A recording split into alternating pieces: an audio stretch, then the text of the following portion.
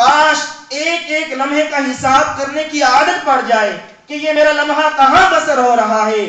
ذہن مقدر زندگی کی ہر ساتھ، زندگی کی ہر گھڑی مفید کاموں میں صرف ہو، اللہ اور اس کے رسول صلی اللہ تعالی علیہ وسلم کے بتائے ہوئے کاموں میں لگ جائے. بروز قیامت اوقات کو فضول باتوں، خوش غپیوں میں گزرتا ہوا پا کر کہیں ہم وہ افسوس نہ کرتے رہ جائیں.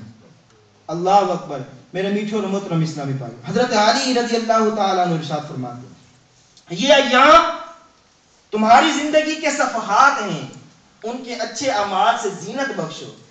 حضرت سیدنا عبداللہ بن مسعود رضی اللہ تعالیٰ عنہ ارشاد فرماتے ہیں میں اپنی زندگی کے گزرے ہوئے اس دن کے مقابلے میں کسی چیز پر نادم نہیں ہوتا جو دن میرا نیک اعمال میں اضافے سے خالی ہو.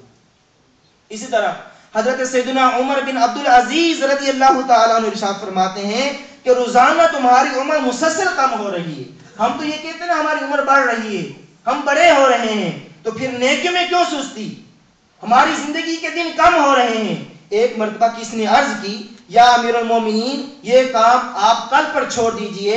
ارشاد فرمایا کہ میں روزانہ کا کام ایک دن میں بمشکل کر پاتا ہوں، اگر آج کا کام بھی کل پر چھوڑ دوں گا تو پھر 2 دن کا کام ایک دن میں کیسے کر سکوں؟ آج کا کام کل پر مت ڈالو، کل دوسرا کام ہوگا.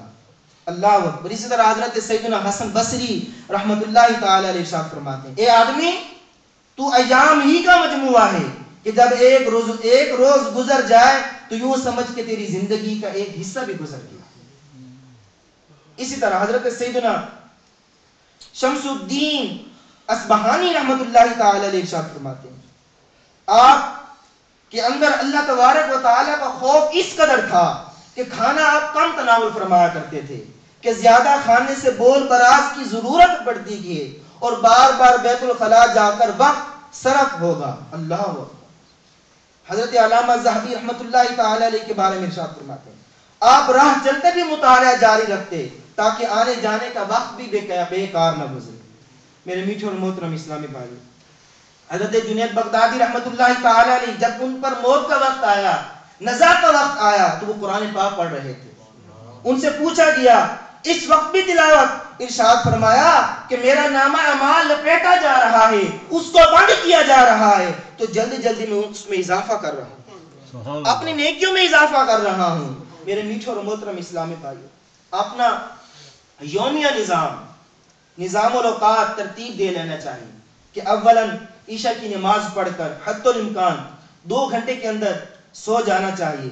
رات کو فضول باتوں، ٹی وی، ہوٹلوں کی رونق بڑھانا، دوستوں کی مجلسوں میں وقت اپنا گنوانا، یہ جبکہ کوئی دینی مسلک نہ ہو، بہت بڑا نقصان ہے. اللہ اکبر. تفسیر روح البیان کے اندر ارشاد ہوتا ہے قوم لوط کی تباہ کاریوں میں سے یہ ایک بھی تھا کہ وہ چراہوں پر بیٹھ کر لوگوں پر مسخری کیا کرتے تھے.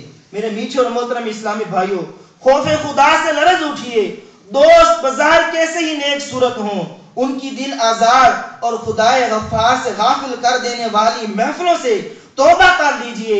رات کو دینی مشاغل سے فارغ ہو کر جلدی سو جائیے کہ رات کا آرام دین کے آرام کے مقابلے میں زیادہ صحت بخش ہوتا ہے اور عین فطرت کا بھی تقاضا ہے.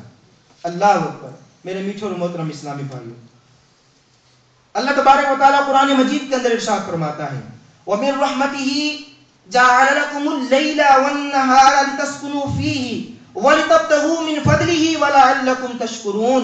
اور اس نے اپنی مہر یعنی رحمت سے تمہارے لیے رات اور دن بنائے کہ رات میں آرام کرو اور دن میں اللہ تبارک و تعالیٰ کا فضل تلاش کرو.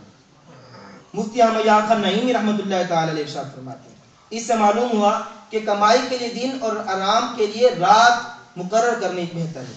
رات کو بلا وجہ نہ جاگیں کہ دن میں بیکار نہ رہیں. اگر معذوری کی وجہ سے دن میں سوئے اور رات کو کمائے تو حرج نہیں ہے. میرے میٹھے اور محترم اسلامی بھائیوں، کوشش کیجئے کہ صبح اٹھنے کے بعد سے لے کر رات سونے تک سارے کاموں کے ہمارے اوقات مقرر ہوں. مثلا ہم نے اتنے بجے تہجد پڑھنی ہے، اتنے بجے میرے فجر کا ٹائم ہو جاتا ہے، مسجد میں تکبیر اولیٰ کے ساتھ جماعت نماز ادا کرنی، اشراق، چاشت، ناشتہ، قصب معاش، دوپہر